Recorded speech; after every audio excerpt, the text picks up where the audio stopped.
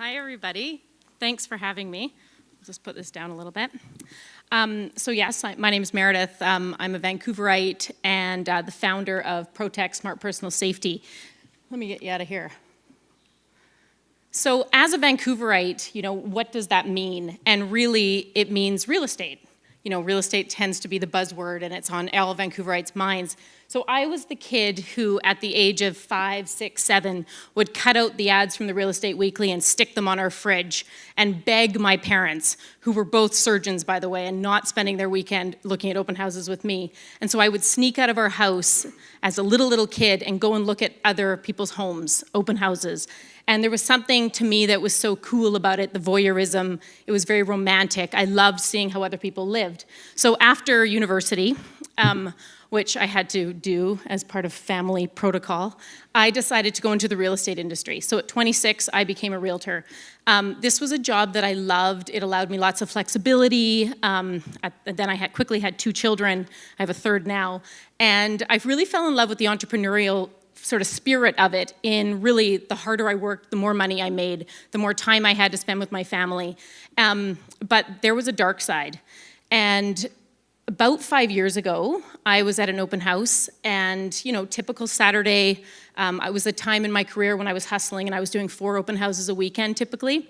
And so nothing special about this Saturday. Got there, put out my signage, went inside, ready for a busy day of meeting new people, which is really part of the job description. When I was in the house in about 2:20, I heard the door lock, and 2 men had walked inside that open and shoved me into the kitchen. And one pinned me over the stove, the other stood guard.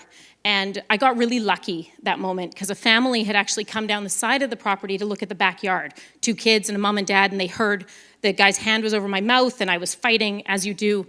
And the guy heard the ruckus and came running up the sliding door, opened it, and saved me at that moment. These 2 guys bolted out the front door, never to be seen again. And I lived in fear that I couldn't remember what these guys looked like. I would walk around, I felt like I would know their smell, which is really disgusting if you think about it. And I couldn't remember what they looked like.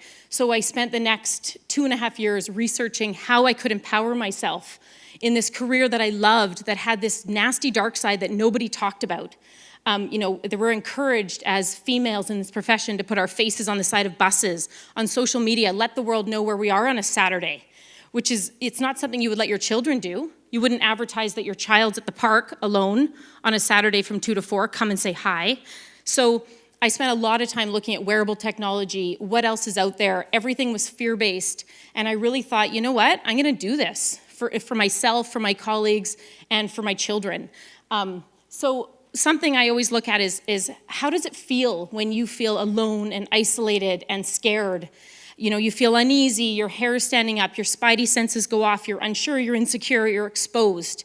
And so these are all the things that not only realtors feel, but remote employees globally feel. We have that in common. And then at the same time, how does it feel when you know someone has your back? You feel secure and empowered and motivated and encouraged and looked after, all these wonderful things that actually let you go out into the workforce and do the best and kick ass and make a good income. And so what am I here for? I'm really here for the 4.5 million agents globally, and I really want to change the landscape of corporate responsibility. At the end of the day, that is what I stand here for. I think these enterprise customers owe a duty of care to the people they send out into the workforce. We're currently working quite heavily. We're now a team of 10 working with the real estate sector, the mortgage brokers. We're moving into sororities. We have a contract with the federal government. Personal safety is top of mind for a lot of people these days, and we offer a solution that can really help people. And at the same time, we have a Giveback Program where I encourage you, if you know of an organization that maybe it's a nonprofit or can't afford to pay for a particular software solution, you can actually apply on our website and we will give it to you for free. And we'll look at your company and say, hey, look, these employees, they're limited in their job because of personal safety. We work with the Downtown East Side, the Vancouver Mental Health, all sorts of different organizations, and we offer it for free to look after these people. So 40% of realtors have actually said they fear for their safety on the job. And when I say this to people, they'll go, yeah, obviously. You're like, realtors, I never thought of that. That's a crazy profession for this exact reason. So, this is what we look like. A little bit about our app. We're all about empowerment and changing the culture of companies. So we work with medium to large organizations, 5,000 plus employees, and we go in and we offer a software solution to help keep their employees safe. So that's us, and thank you so much for having me, and have a wonderful evening.